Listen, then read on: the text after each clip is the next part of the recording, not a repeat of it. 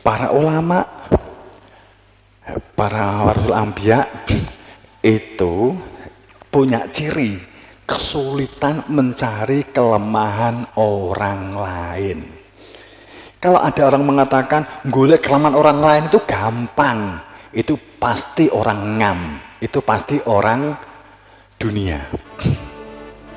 Tapi orang-orang akhirat, orang-orang yang dekat dengan Tuhan, itu mencari kesalahan orang lain akan kesulitan. Bingung. Memang gak matuk dari manajemen, karena gak iso melihat kelemahan orang lain.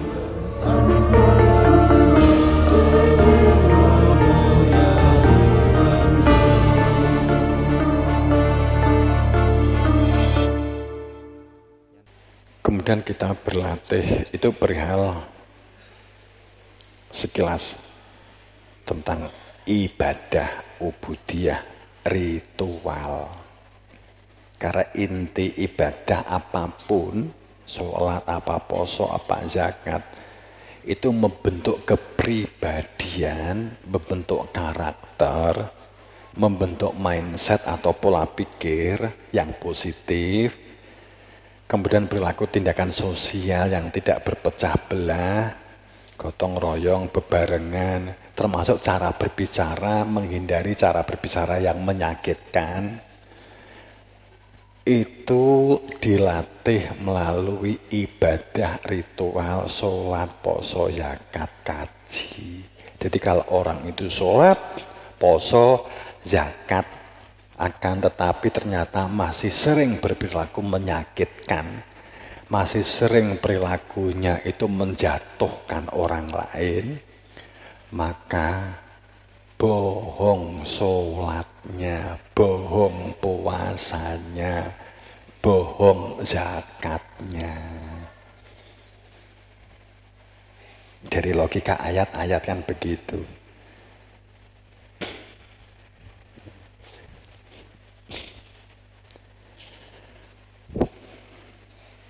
Namun saat orang itu sholat, saat orang itu puasa, saat orang itu zakat, saat orang itu haji, hanya wadahnya tanpa hakikat, tanpa isi. Saat seseorang melakukan sesuatu bahkan yang nilai ibadah, tapi tanpa disertainya value, orang mengatakan demikian, tanpa disertainya keberadaan hakikat, artinya sholat hanya karena wadah, poso hanya karena jasad, zakat hanya karena baju, haji hanya karena jaket, maka kepribadian yang terbentuk itu akan membentuk sebuah kepribadian retorika, kepribadian formalitas, kepribadian yang akan selalu tolok ukurnya adalah lahiriah, jasadiyah, duniawi, dan materialnya. Paham? Kenapa perseteruan tukaran itu tidak bisa dihindari?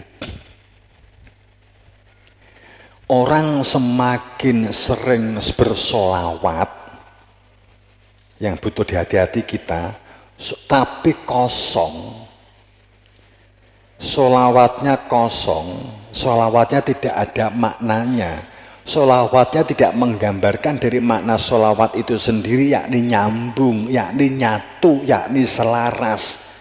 Makna sola, solu, yusoli itu nyambung, manunggal, menyatu, selaras, serasi. Itu makna solat.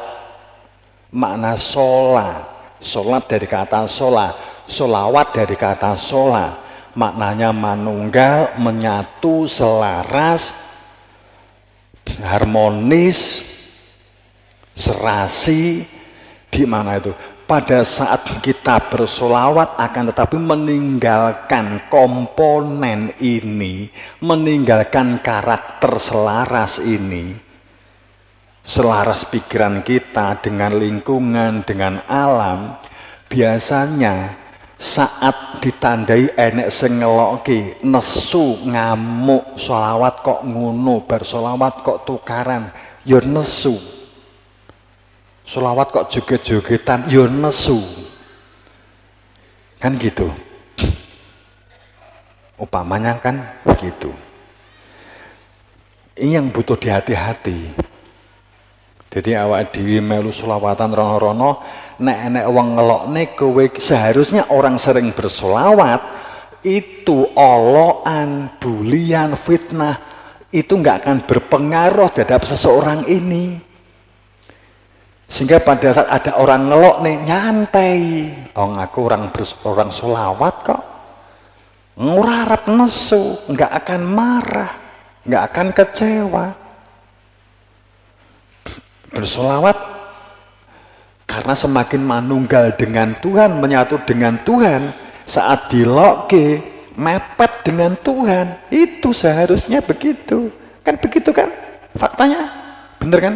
Gak ada yang nesu toh. Ngamuk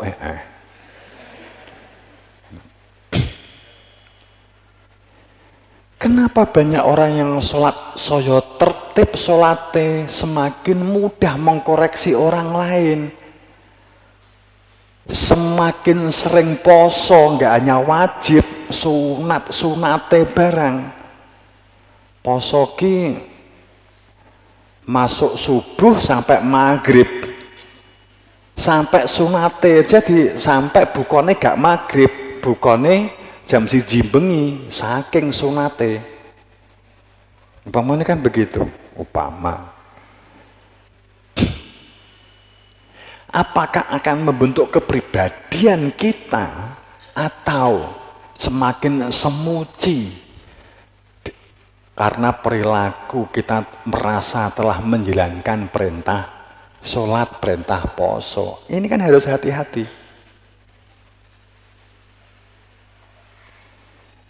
Kalau orang yang di dalam sholatnya itu ada kehadiran Tuhan, ada isinya, dilokke nyantai karena orientasinya bukan lahir. Nah, ini tolong diperhatikan.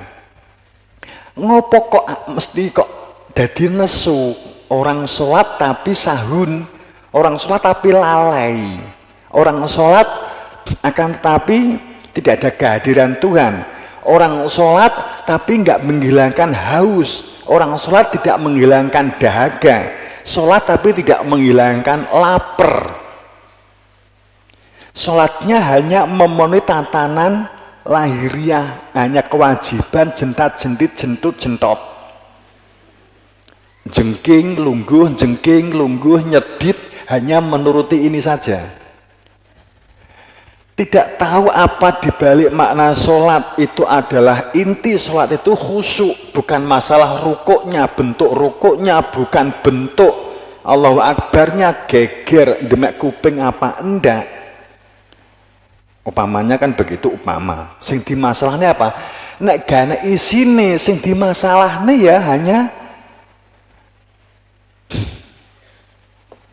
Allahu Akbar ngene, wis salah ngene. Kowe mbok tutne enek sing nyalahke neh.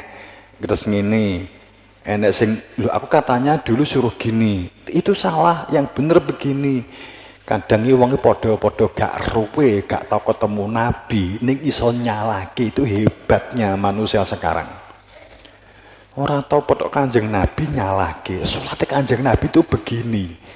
Kadang ini mengkukar, gugur, kapan wong ketemu Nabi ya?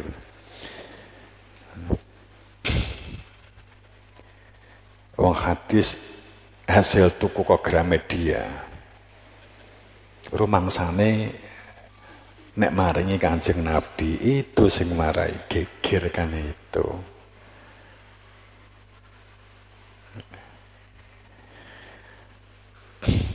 Dipaham ya? Jadi sholat, poso, zakat, kok orientasinya kosong, hanya kulit, hanya wadah, hanya jasad, maka yang dikoreksi juga jasad, juga wadah. Kalau kita ngoreksi jasad, ngoreksi wadah teman orang lain, mencari kelemahan orang lain, itu gampang banget, nggak perlu sekolah. Nggih? Ya toh? Gitu. Kalau kita nganggo cara sing bener aku, itu gampang banget nyalahke orang itu cepet banget kok. Kecil. Sing angel itu mencari kelebihan orang lain. Sing angel, teman-teman. Saya cerita begini. Kalau kamu sudah bisa melihat orang lain, kesulitan melihat kelemahan orang lain, berarti kamu ini, jadi kalau kamu sulit mencari kelemahan orang lain, sulit mencari kekurangan orang lain, setiap kali memandang orang lain yang tampak kelebihannya orang lain,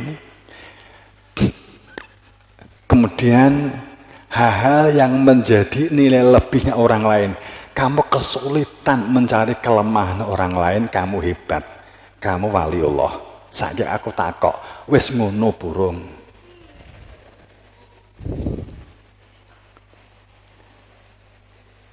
Para ulama, para warasul anbiya itu punya ciri kesulitan mencari kelemahan orang lain. Kalau ada orang mengatakan golek kelemahan orang lain itu gampang, itu pasti orang ngam, itu pasti orang dunia. Tapi orang-orang akhirat, orang-orang yang dekat dengan Tuhan, itu mencari kesalahan orang lain akan kesulitan. Bingung. Memang nggak matuk dari manajemen. Karena nggak iso melihat kelemahan orang lain. Wes saiki awakmu diwi-diwi, diri kamu sendiri-sendiri, kuwi nek ndelok kancamu melihat orang lain sing ketok kelemahannya, kekurangannya atau kelebihannya, kehebatannya. Endi sing ketok di awakmu? Saat kamu melihat orang lain. Sing pertama apa sing kedua? Sing pertama itu orang melihat orang kelemahan orang lain itu gampang, melihat dosa orang lain itu gampang, melihat kekurangannya itu gampang, kelemahannya gampang. Itu yang pertama. Yang kedua, kamu melihat kelemahan orang lain itu sulit, tidak bisa melihat kelemahan orang lain. Sing ketok setiap kali ingin ngoreksi, sing ketok apike orang lain. Nah, saiki rata-rata ndek kene iki sing pertama atau sing kedua? Jujur? Jujur, sing pertama. Ya alhamdulillah, jujur ya. Saya yakin ini bohong. Saya yakin bohong.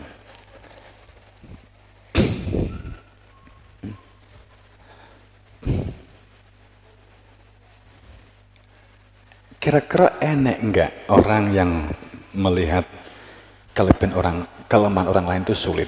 Kira-kira ada enggak? Kalau konsep Quran ada seharusnya.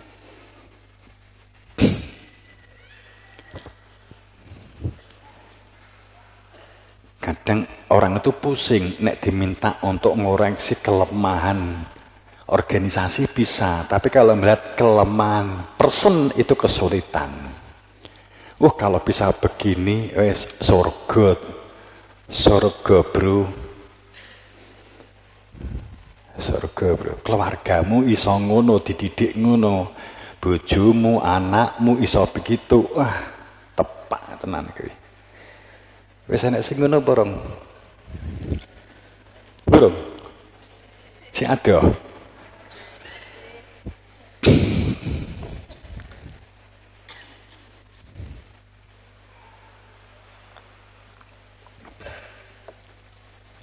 kita butuh berlatih.